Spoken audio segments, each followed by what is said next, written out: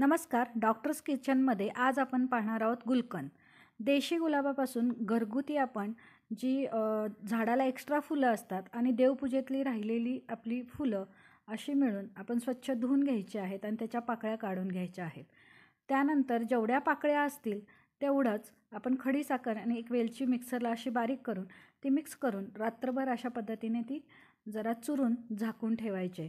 पाणी सुटलेलं हे मिश्रण दुसऱ्या दिवशी आपण काचेच्या बरणीत भरून उन्हामध्ये ठेवलं की आपलं तयार झालं गुलकंद. अशाच पद्धतीने आपण दालचिनी घालूनसुद्धा बनवू शकतो. दुसऱ्या दिवशीचं मिश्रण मात्र मी खडीसाखर आणि दालचिनी एकत्र करून ते काचेच्या बरणीमध्ये ठेवलं आहे. असं हे औषधी गुणांनी युक्त गुलकंद आपल्याला उन्हाळ्याच्या दिवसात गारवा देतं, अपचन, त्याचबरोबर गर्भिणी स्त्रियांना उलटीचा जो त्रास असतो हा या गुलकंदने कमी येतो.